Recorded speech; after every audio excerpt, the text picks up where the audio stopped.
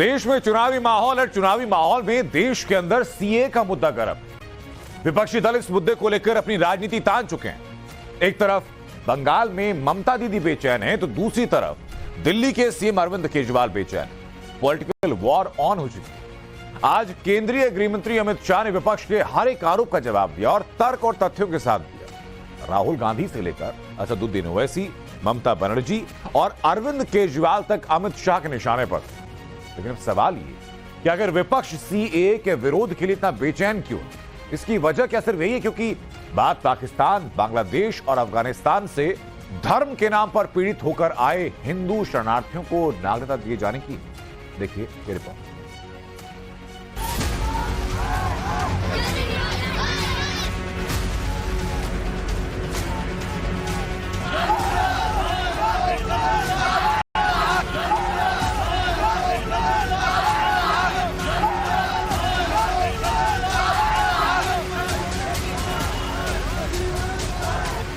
BJP वाले पाकिस्तान से लोगों को लाके उन्हें भारत में बसाना चाहते हैं, उनको घर देना चाहते हैं, हमारे रोजगार उनके बच्चों को देना चाहते हैं।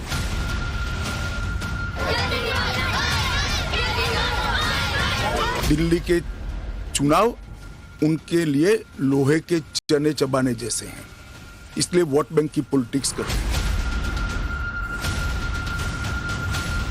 আমরা আপনাদের কাউকে ডিটেনশন ক্যাম্পে যেতে দেব না, এনআরসি করতে দেব না।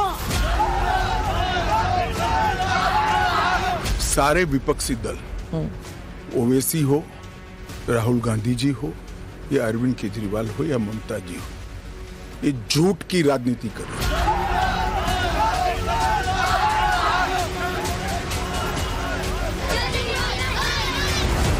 केजरीवाल गुस्से से लाल हैं। दीदी की सारी ममता जैसे एक वर्ग के लिए कई गुना बढ़ गई। ओवैसी तो जैसे संताप में हाफे जा रहे हैं। राहुल गांधी आग बबूला है। मामला है देश में लागू हुआ सीएए कानून। जितने विपक्षी नेता उतने राग, जितना बड़ा मुद्दा उतनी आग। तो सीएए पर विपक्ष कह क्या रहा है? कह ये रहा है कि पाकिस्तानी हिंदू नौकरियां खा जाएंगे, बांग्लादेशी हिंदुओं को मोदी हमारी जमीनों पर बसाएंगे, मोदी 2.5 करोड़ पाकिस्तानी हिंदुओं को लाएंगे। माने कुछ भी, न तथ्य न तर्क न कोई तरकीब, बस तेवर तेवर और तेवर। शीश महल वाले आम आदमी ब्रांड नेता अरविंद केजरीवाल ने भी सीएए कानून पर गंभीर मुखमुद्रा में कुछ बोला। सीएए पर बिल्कुल नई लाइन पकड़ करके। अभी तक 2000 जो इलीगल माइग्रेंट आते थे, जो घुसपैठिए हमारे देश के अंदर आते थे, वो डरते थे कि अगर आ गए तो हमें निकाल देंगे, हमें पकड़ लेंगे, हमें जेल में डाल देंगे। उन्हें डर रहता था क्योंकि वो इलीगल थे। अब आप ये कानून लाके उनको लीगल बना रहे हो, अब उनका डर खत्म हो जाएगा। पूरे तीनों देशों के अंदर अब मैसेज ये है कि भारत सरकार अब जो है इन तीनों देशों के घुसपैठियों को लीगल करने जा रही है। तो क्या केजरीवाल का शरणार्थी और घुसपैठिया शब्दों का घालमेल ठीक वैसा ही है जैसे आम आदमी का करोड़ों के पर्दे वाले शीश महल में रहना? ये फैसला तो आप करिए। लेकिन गुरुवार को दिल्ली में केजरीवाल के शीश महल वाले रास्ते पर हिंदू शरणार्थियों ने प्रदर्शन किया और अपनी बात रखी। आज सिंध कराची का रहने वाला हूँ, 2011 से आए हुए हैं और हम लोगों को केजरीवाल को ये कहना चाहते हैं कि हम घुसपैठिए हैं। क्या हमारे पास कोई प्रूफ नहीं है जो घुसपैठिए हैं? ये हमारे पास वीजा, पासपोर्ट, ये देखो सिंध से आए हैं, हमारे पास सब कुछ है। 1 महीने का बच्चा, उसका पासपोर्ट है, घुसपैठिया नहीं है। गवर्नमेंट मांगेगी सब हम देंगे, गवर्नमेंट के थ्रू आए हैं। अब एक ये हैं जो कागज दिखाने को तैयार हैं और देश में 11 मार्च को लागू हुआ नागरिकता कानून इनके लिए, इनके बच्चों के भविष्य के लिए एक नई सुबह की तरह है।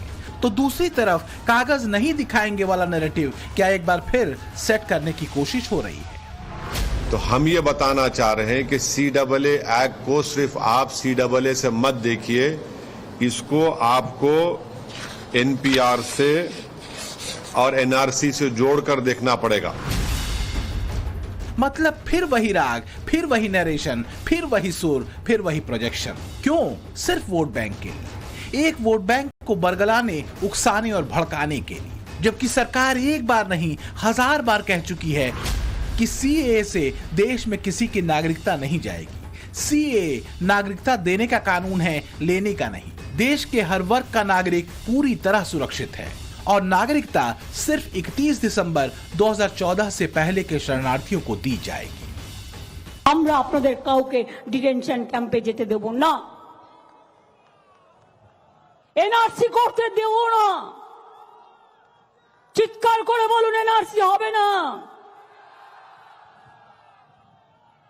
आधार कार्ड बातिल चलबे ना। देखिए, मैं ममता जी को करबद्ध निवेदन आपके इस कार्यक्रम के माध्यम से करना चाहता हूं।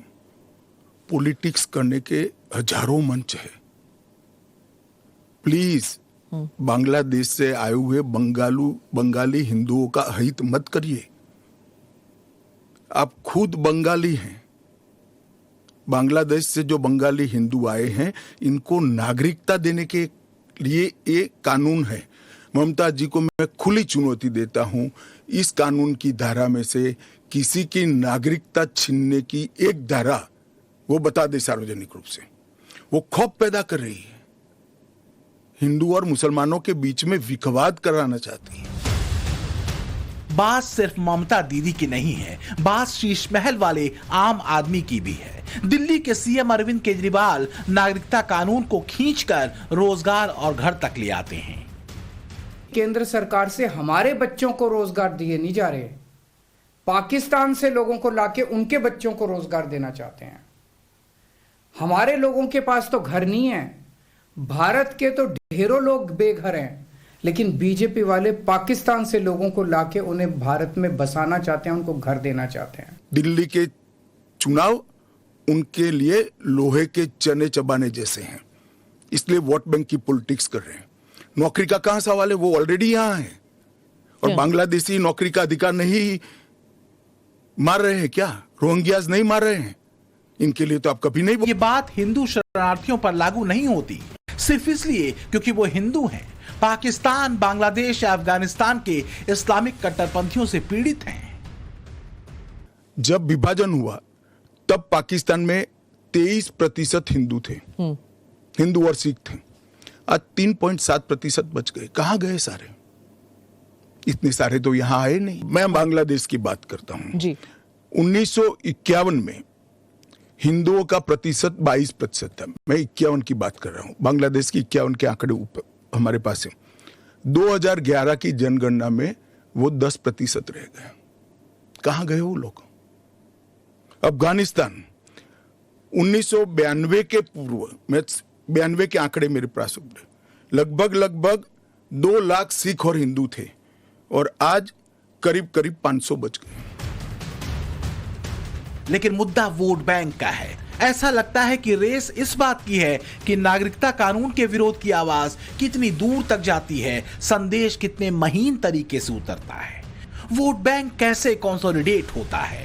वरना याद कीजिए, सीएए पर हाय तौबा मचा रहे विपक्षी नेताओं का कोई बयान जो रोहिंग्याओं के विरोध में आया हो। सारे विपक्षी दल, ओवैसी हो, राहुल गांधी जी हो या अरविंद केजरीवाल हो या ममता जी हो, ये झूठ की राजनीति कर रहे हैं। सवाल है कब तक, और आखिर डर, भय और भ्रम फैलाया क्यों जा रहा है? संदेश कहां तक देना है और क्यों देना है? सीएए को लेकर भले ही केजरीवाल, ममता बनर्जी और ओवैसी की लाइन अलग अलग हो, लेकिन क्यों ऐसा लगता है जैसे मकसद एक है, भ्रम फैलाना, उकसाना, भड़काना। क्या सिर्फ राजनीति के लिए, वोट बैंक के लिए? ब्यूरो रिपोर्ट, टाइम्स नाउ, नव भारत।